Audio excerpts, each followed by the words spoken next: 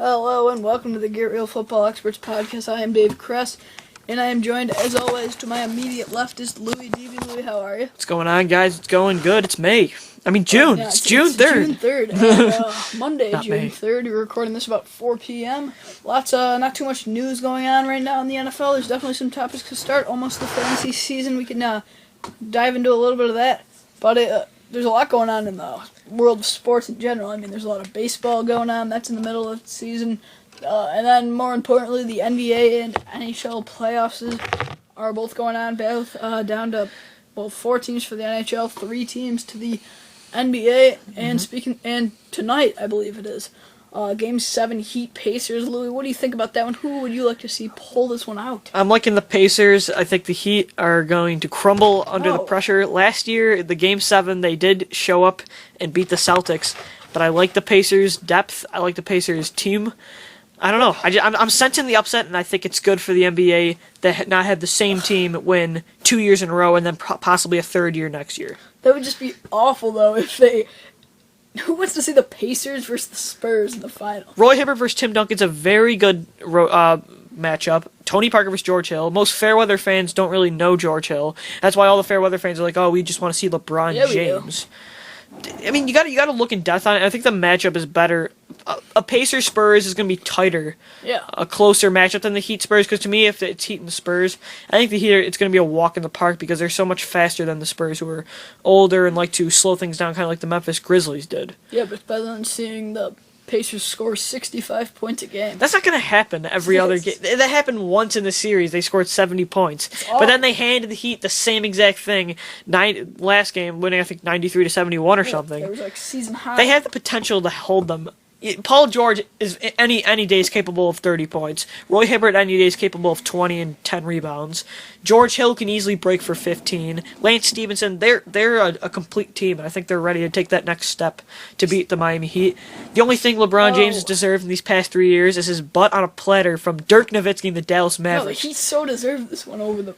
They don't deserve anything. That's the thing I don't... the one thing I'm not a huge fan of in the NFL is how these mediocre teams who get into the playoffs just take their glory run and win the Super Bowl.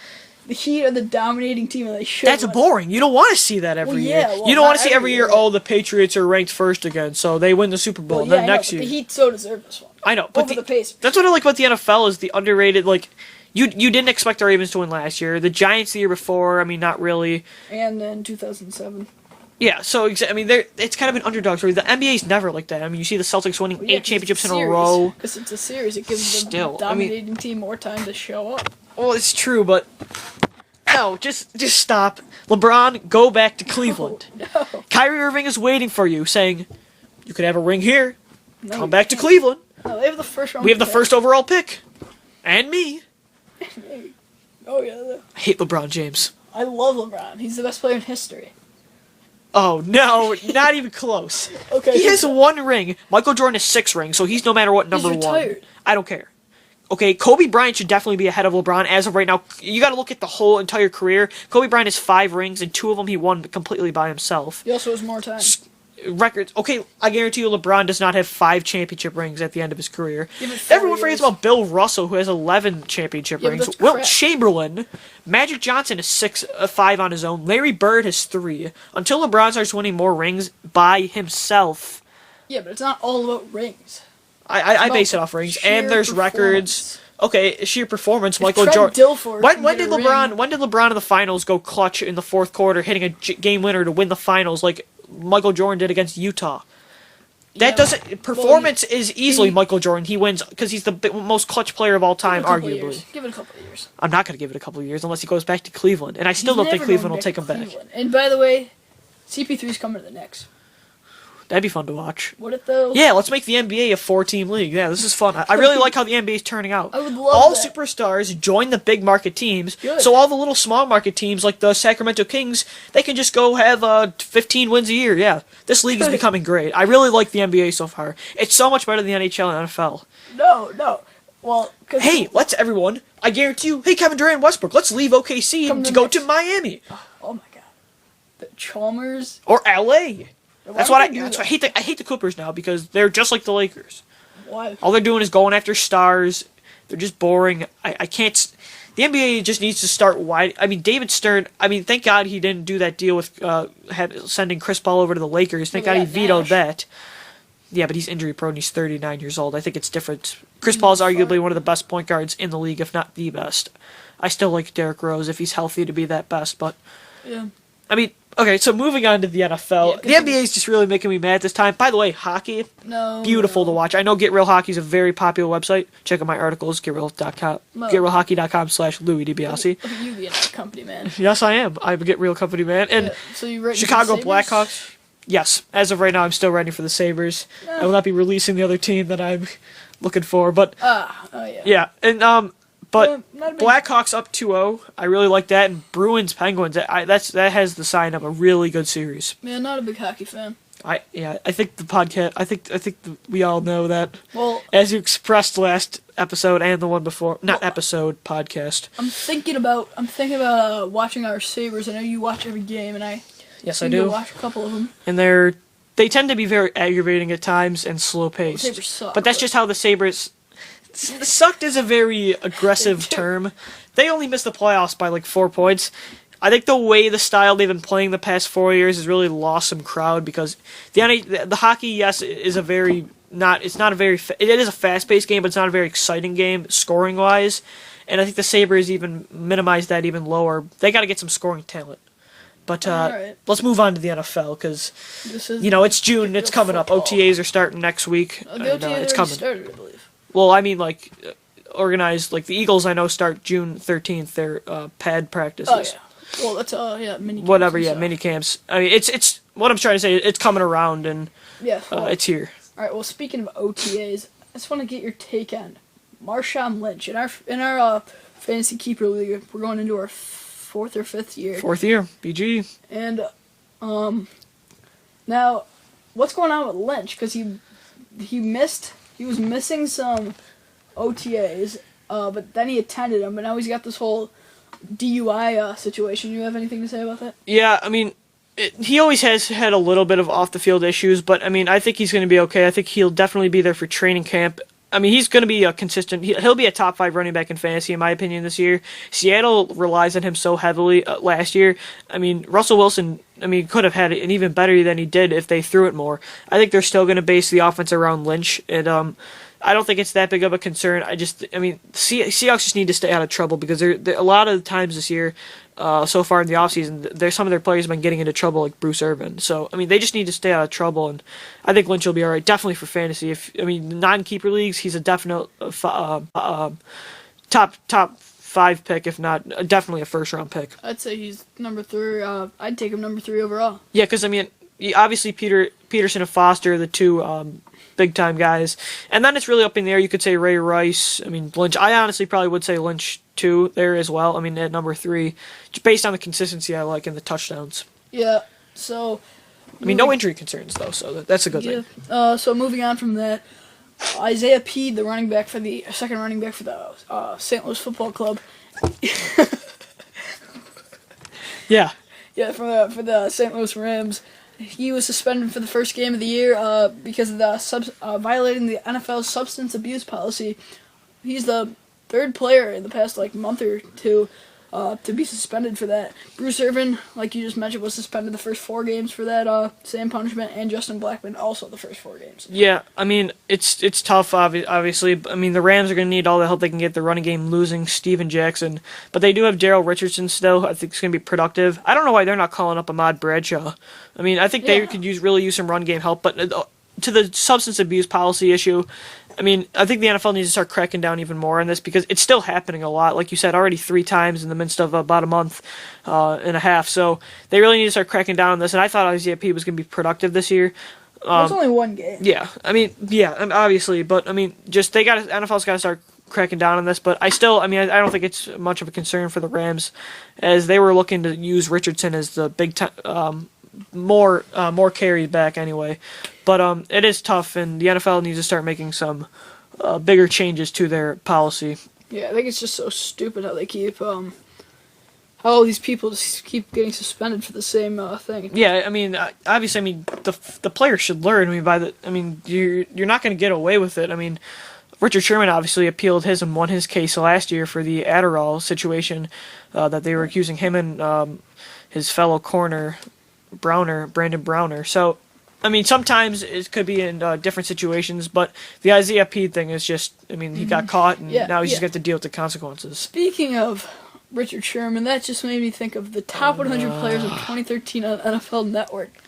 I've only watched one episode. I've watched every single one. Why? It's awful. It's almost like, for me, I don't like mac and cheese, but it keeps bringing me back to try to taste it just to make sure I don't like it.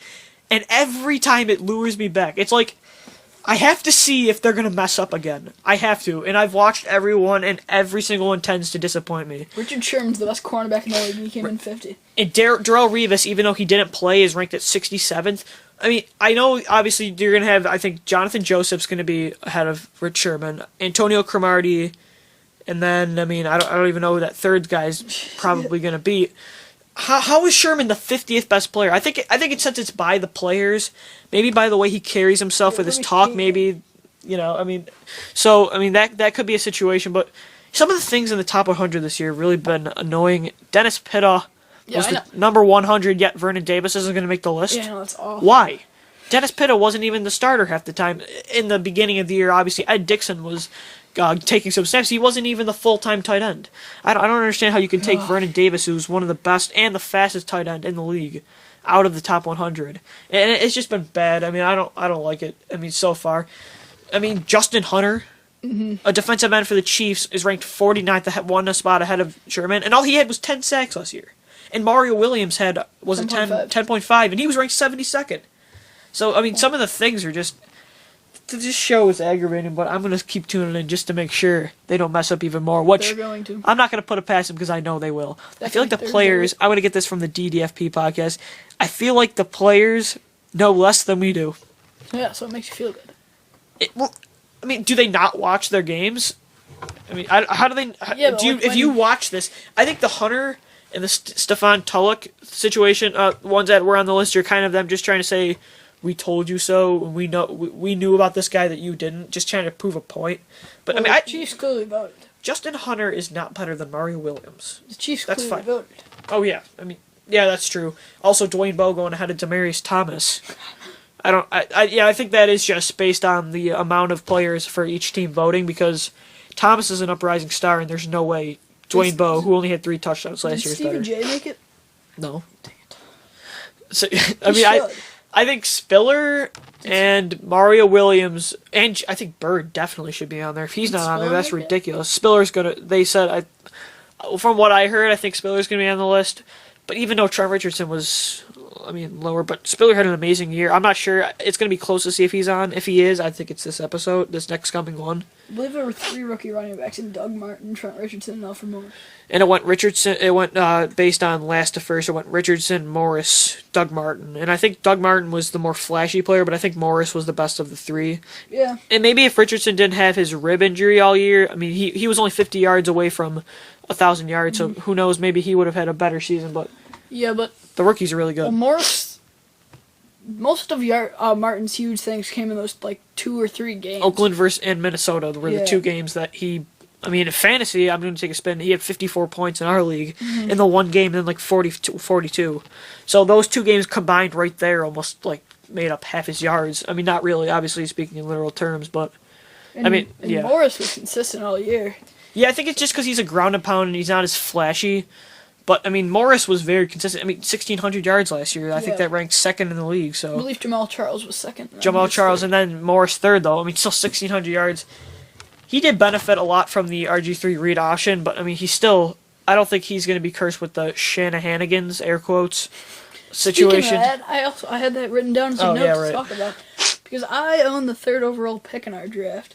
And yes, you do. It looks like, and Morris is the number 1 rated running back out there, and it looks like the first 2 people will not be taking running backs. One of them being our good pal, might be joining our podcast. Let's hope. In a couple of weeks. But so, what would you say? Do you think he's a safe pick? If it's in my opinion, I'm taking the guy 1st overall in our league. Obviously, we're in a keeper league, but RG3 I think is definitely going to be starting week 1, and I think Morris benefits from that greatly. the way he played, I don't think there's any way that he's losing his job in the start. And a sophomore slump, I really don't see happening based on the scheme. He fits perfectly into that scheme. Mm-hmm. And with you, I know you have Lynch, and with me, I have Richardson. If he were to fall, which I don't think he's going to, in most leagues, I mean, if he's, your number 2, no matter what, I would pull the trigger on the guy. Mm-hmm. I think he's a definite number 1 running back in fantasy, and in the NFL, he's, to me, a top 7 back, I would probably say. I don't know. I mean, he is still a very young player, only second year. Yeah. He's got a lot of room to grow on his, maybe his passing. I'd like to see him get more involved in the passing game, but he's a definitely first-round pick in my opinion. I know I got another guy in mind if he doesn't go, so I'm pretty confident I'll get at least one of the 2. Yeah, I'll get one of the 2. He's a very good player, and I think the whole Shanahanigans thing is kind of blown out of proportion. I mean, when you have guys like last year, when you didn't know what you had in Morris, you had Roy Halou and Evan Royster. And when you have guys like that, then you can, take chances on guys. But when you have a 1,600-yard guy, you're not automatically, before the season's even starting, pulling the trigger on some guy you just got in the 5th round from Rutgers. You're not going to do that. Yeah, yesterday I just joined another league. Mm-hmm. I was added into a keeper league that's been going for a year or 2. Yeah. And I got put with Steven Jackson and Kelvin Johnson as my keepers. I mean, it's not bad. No, that's really good. I like Jackson. Yeah. Just same receiver, just a little worst. Yeah, I like Richardson better than Jackson, but Jackson's in a good spot. I mean, he is only 32 years old, but obviously that's old for running backs. Mm-hmm. He's going to be involved in the passing game, as they already said. Coach Mike Smith already said. So he's a good ball catcher out of the back. Yeah, exactly. And the touchdown, if Michael Turner can score 10 touchdowns off the carries he had about 800 yards, well, what can Steven Jackson do? Easily, he broke over 1,000 yards last year in a bad Rams offense. So, but I still think he's a number 2 guy because the touchdowns is a little bit of a concern. I think the explosiveness isn't as much there. The ability to have the big home run. So I think that's a good situation, but I think he's a good number 2 back in my opinion. Well, yeah, he's definitely going to get those goal line carries because he's actually my number 1 for that league. But he's a low end number 1, high end number 2 at best, and then if he's your flex, it's off the roof. It's really good. I just got put into that league, so I had no really choice. But he's going to be getting those goal line carries like Turner did. So if they're on the 1, they'll give it to him on first down. If he doesn't get it, they'll give it to him on second and maybe even on third. So yeah, he's a very consistent runner too. That's the thing. I like in my running backs consistency every single game, and he's really going to be he's in a really good spot. But don't rule out Jacquizz Rodgers at all. He had a very productive year last year in the receiving game, and they're still going to look to him at times. But Jackson doesn't need a ton of carries and to be productive, and I think he's going to be very good in fantasy this year. Might be his last couple years to be relevant, and I think after that running backs tend to drop off after 33 years old, 34. Yeah, so Charles Woodson signed a 1-year deal with the Oakland Raiders. He'll be either playing safety or be going alongside of DJ Hayden, the Raiders' first-round pick. The word on the street was that he picked Oakland over the Denver Broncos. That's a pretty interesting move. But first, will he be playing cornerback or safety? I think they're going to move him around. First off, Tracy Porter, give him number 24 back. Charles Woodson's a legend in Oakland. I think that's really what made watching Total Access, watching his interview. It just really when he flew to Oakland, it was going to be hard to fly back. And the fans love him, and he's going to be a very impactful player there. I think he's going to be moved around. He's versatile, obviously, but with Tracy Porter still there, and like you said, DJ Hayden, who I really like, they got him out of the University of Houston. I think they're going to move him to safety, but also a lot of the times playing slot corner. So it's a really good spot for the Raiders to help rebuild, get a veteran leader there to help out Hayden, and obviously you still have Tracy Porter there. But for him, I think the smarter move would have been to go to a winning team. Obviously, he's played in Oakland. He played Oakland his first 8 years of his career. Yeah. But I think smart-wise, obviously, he also said that too, the Broncos and other teams such as like the 49ers, and said all the things that they wanted them to do, but they weren't going to pay him and treat him like a player that was going to do all those things. I'm just going by what he said. This isn't my opinion. Mm-hmm. So, but to me, I think he's going to play a lot of safety and a lot of nickel and dime corner. All right, so now before we jump into some fantasy stuff, just a quick fun thing to talk about. Take your quick prediction of the AFC and NFC championship games for next year. I'll do mine after you. Go first. Okay. I'm going to start off with the AFC, and this is going to be a really fun playoffs to watch. I'm going to go with the Denver Broncos. I think they're going to get over they're going to get there with their new receiver, obviously in Wes Welker, and their much improved offense. And then I'm going to go. I'm going to stick with the safe pick, and I'm going to go with the New England Patriots for one more year. I think Tom Brady. This is going to be. One of his last years to still be one of the best quarterbacks in the league. Amendola cushions the whole losing Wes Welker situation, and I think the defense has improved. I still like that to be the safe pick. I'm going to go safe there. In the NFC, I'm going to go Atlanta Falcons are going to make a return. I think with the Steven Jackson's going to be the reason why they get over there, and the new secondary with Desmond Trufant is going to be really good. I'm going to go Atlanta Falcons and Seattle Seahawks in the NFC Championship game. I think the Michael Crabtree thing really hurts the 49ers, and I just see in the NFL anything can happen, and in the playoffs I don't think it's much of a stretch to say that the Falcons or the Seahawks or the Packers could overseat the 49ers in a playoff game. So I'm going to go Falcons Seahawks based on I like Matt Ryan to take that next step. Alright, so now for me in the NFC, I'll go with the San Francisco 49ers. I do think that they can get there because Crabtree will be back with a couple weeks left in the year. True. And if Kaepernick produces like he has, it really won't be too big of a problem, especially because his defense will be backing him up. He won't have to put up tons of points to get a W with that defense. And then I'm going to go with a surprise pick in, stick with me here, the Dallas Cowboys. I'm out. Well, I'm leaving this planet. What's so bad about that pick? I'm done. The Cowboys are actually a good. He left. He literally got up and walked out of the room. But he'll be back in a minute. Yep. No? Alright. Well, they have two great receivers in Dez Bryant and Miles Austin. They're trash. A solid quarterback in Tony Romo. Yeah, but you're just biased about the Eagles. They're not going to the NFC Championship game. Book it. Their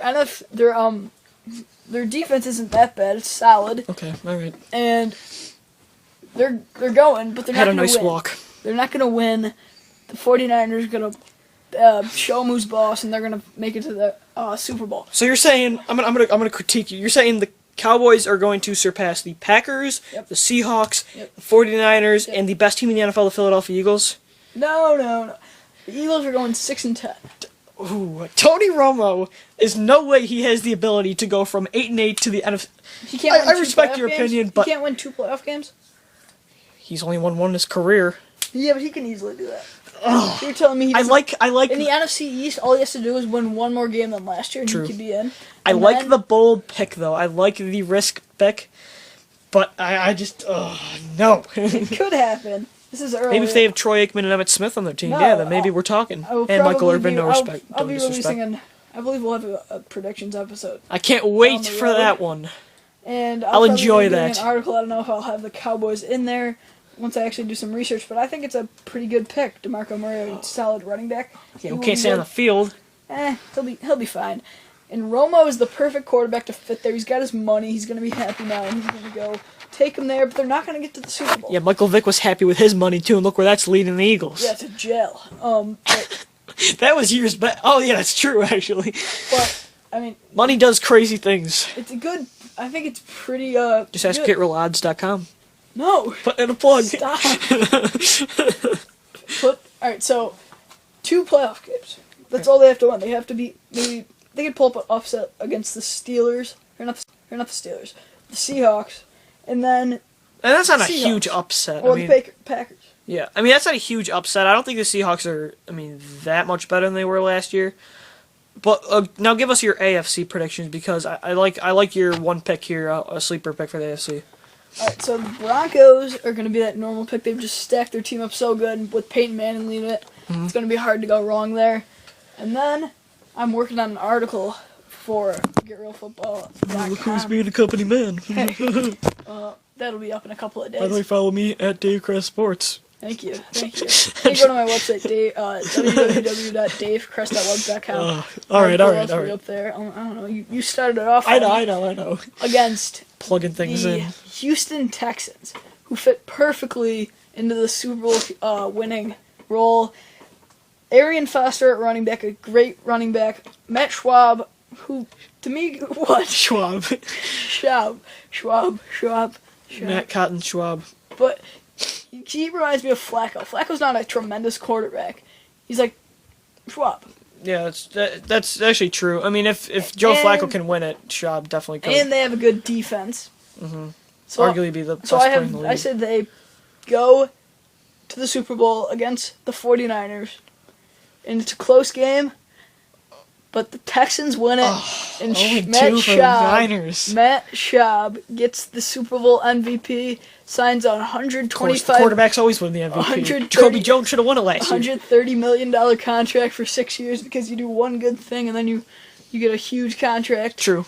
But I mean, that one huge thing is the most important thing in the NFL. So yeah, Texans Super Bowl winner. I can definitely see that based on, I mean, the teams that get hot at the right time, teams tend to do that.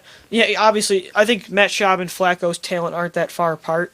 So that's a very good pick. I just feel bad for the 49ers go 0-2. I'll save my Super Bowl predictions for the prediction show. All right. So, but I'll just keep that a secret. But I like the Texans, and I think it's very realistic because, I mean, in the NFL, the things that you tend to expect to happen don't always usually go that way. Just look at the Dream Team of 2012. All right, so speaking about articles... I gotta stop comparing things to the Eagles, I'm sorry. Keep going. So speaking about articles on GetRealFootball.com, I'm working on one.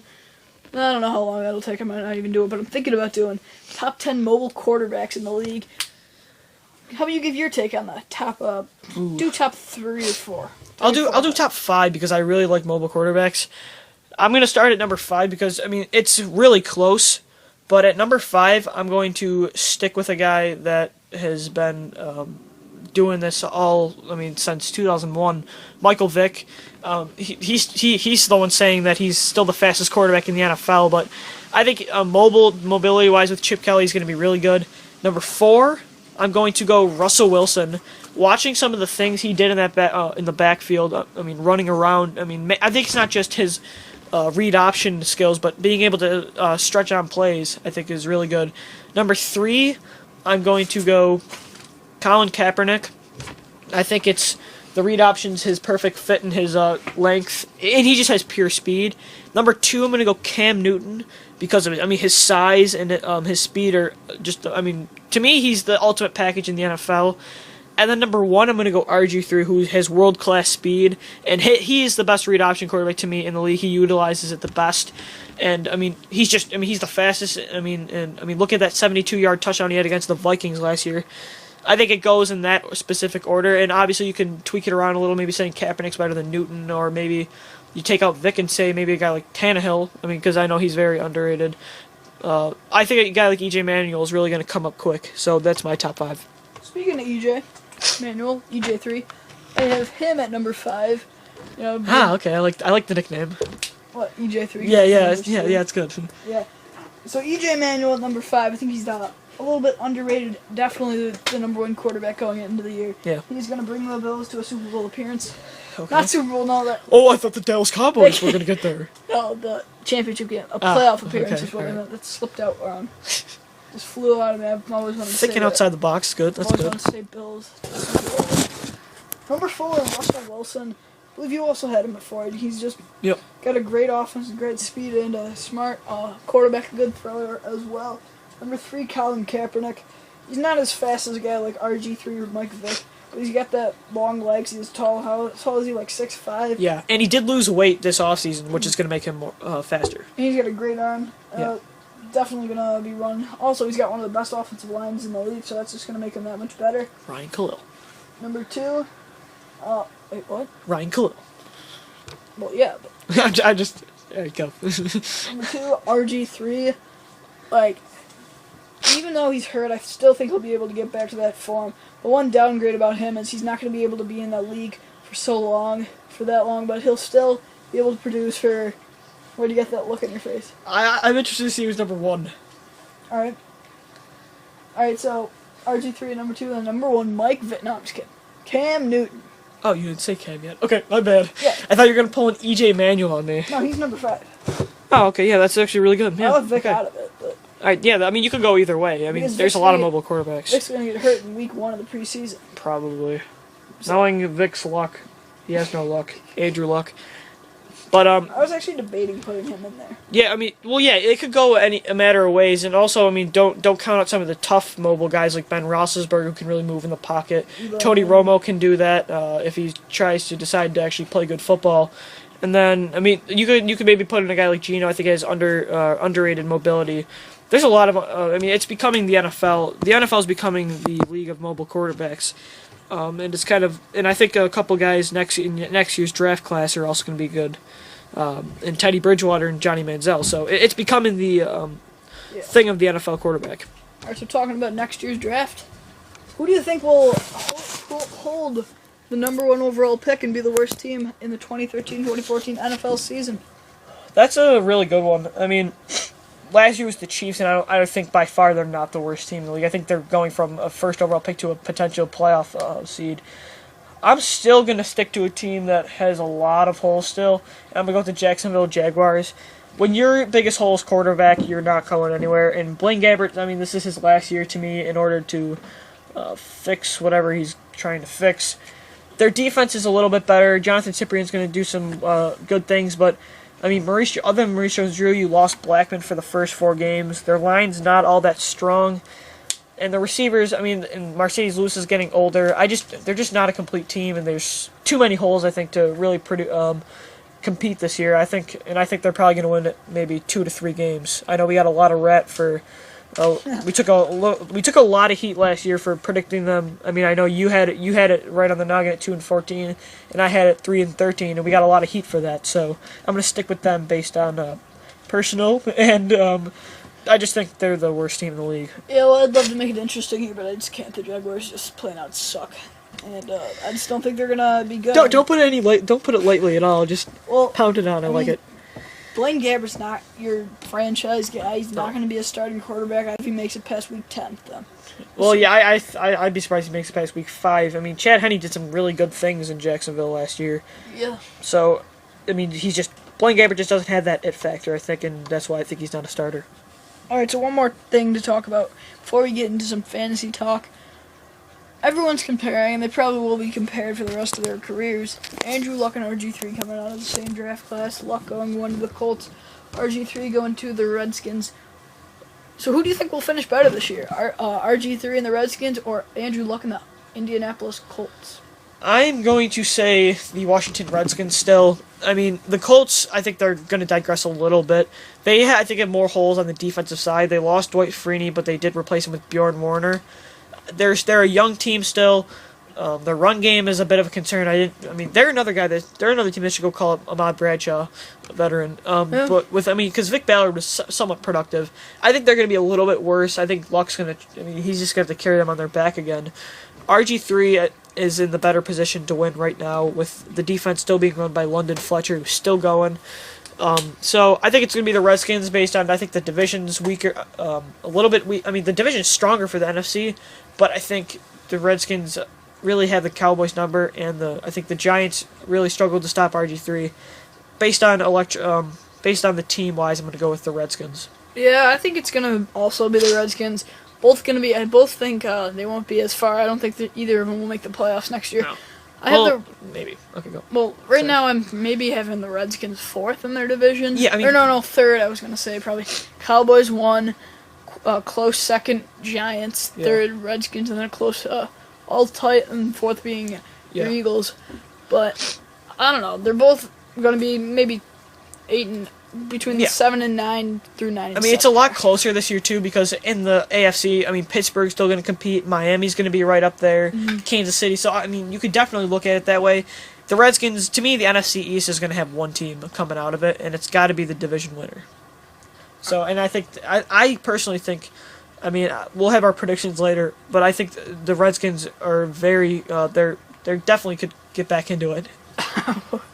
All right. So now let's talk some fantasy. June. I guess that's the start of the fantasy season. I prefer not to start. For my watch, it's been there since March. Yeah, well, I prefer not to start to the end of school, which you've got 2 days left. Yes, I do. And then it's fantasy and NFL time. And exams.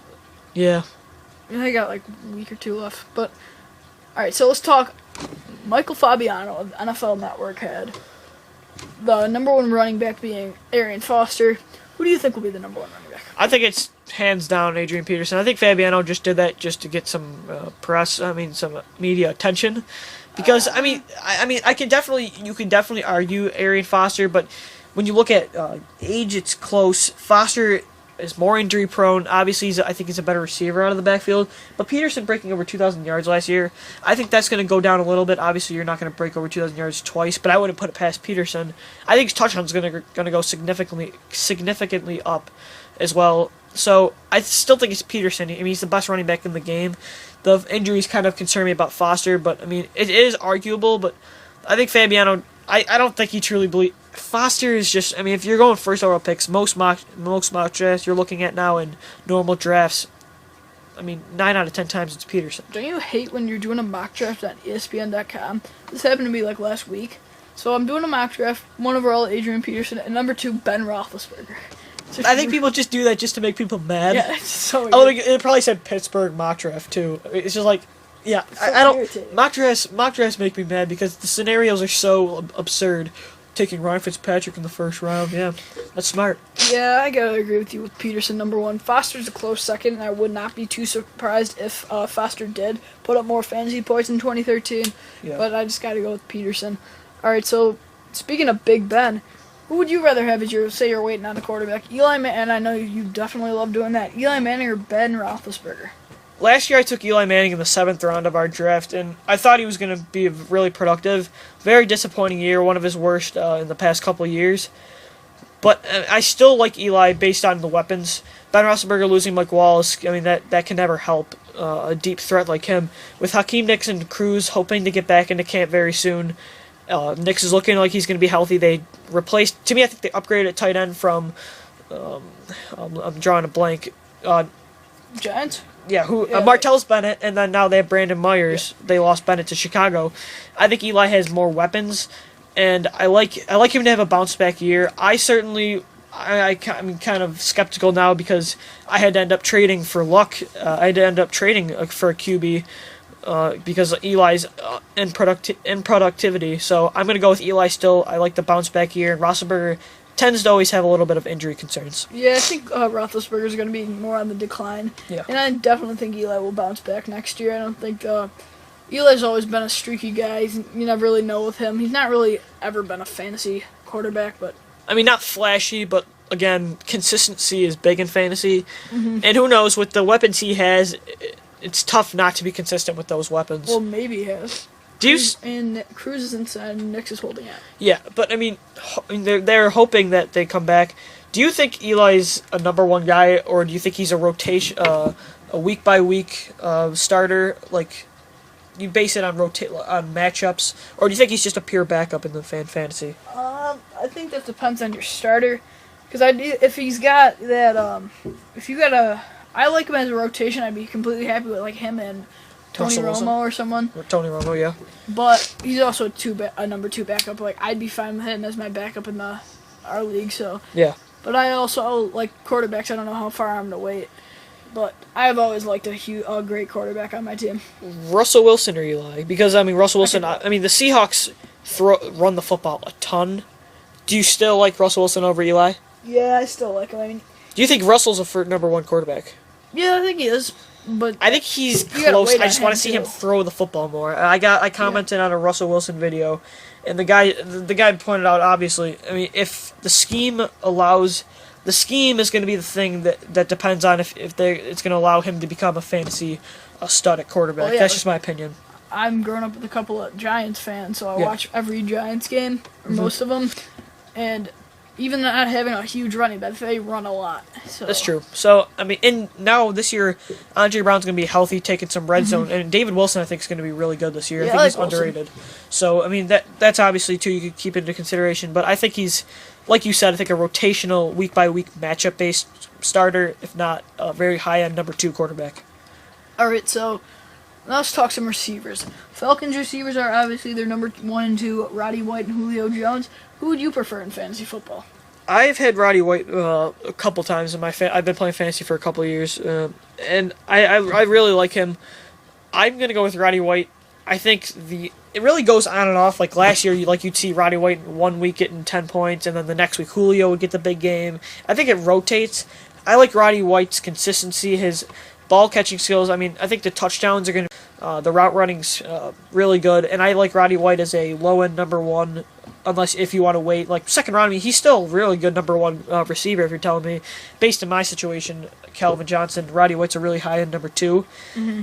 You could go either way because of Julio's electricity. I mean, he was just as productive as Roddy last year. I'm not sure in the end in standard. I'm going to go by ESPN scoring who had more points. I can pull that up, but yeah. So, but I mean, it's really close. But I like Roddy White based on receptions. I think the receptions are going to be more than the touchdown totals. The difference between the two, because Roddy White, I mean, he still had, I believe, like 6 or 7 touchdowns last year. But Julio was up there too. The big playability is there for both. But I like Roddy White a little bit more. I'm gonna disagree with you, because I think I had Julio Jones last year. I just think he's gonna be. They're both really similar. They're both pretty similar players. I just think that he's just gonna put up more points. Close. It's hard to talk and look up. But. Yeah, I mean, well, yeah, you could easily see it could go either way because I definitely see where you're coming from because Julio.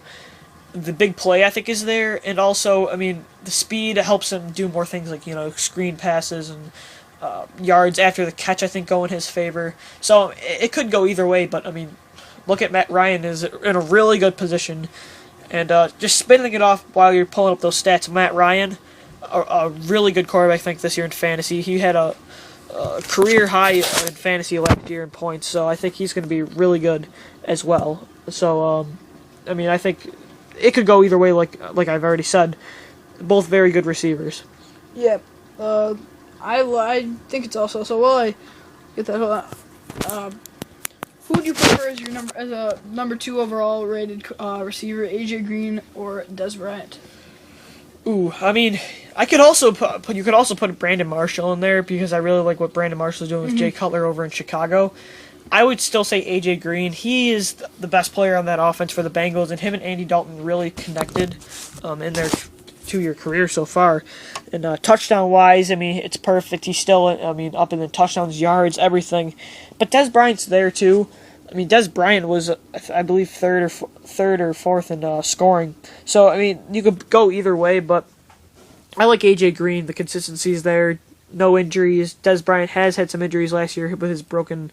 or I'm not sure, fractured hand. So, I mean, there's injury concerns with Bryant, but I like A.J. Green, who to me is the second best in the league. And then I think it's more debatable, Des Bryant or Brandon Marshall.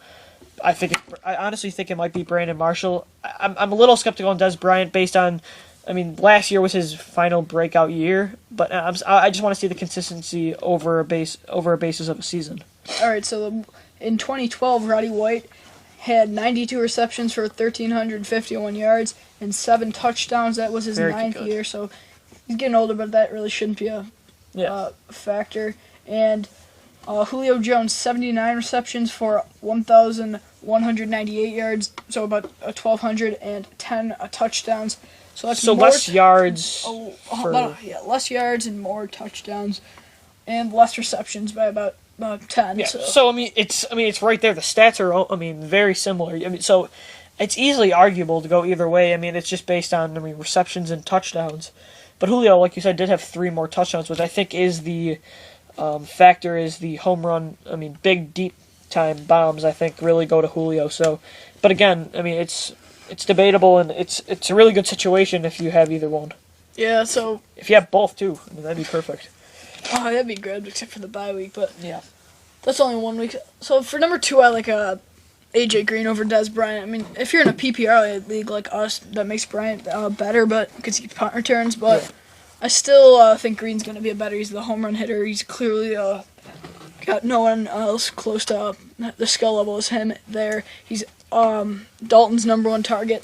He will be for the next tons of seasons. I mean, unless they go another way out than Dalton. So I think that Green would be a great number 2. Is going to be a number 2 receiver, and maybe I like Marshall. He's my keeper alongside of but I think alongside of Marshawn Lynch. But I think that Bryant might be a little bit better. But it's debatable. I definitely think those are the top 4. Yeah, I mean, Brett Marshall showed, I mean, when he has a really good quarterback that he can be one of the best in the league last year, and I think it's only going to, their chemistry obviously grown as Cutler and him are over in Denver as well.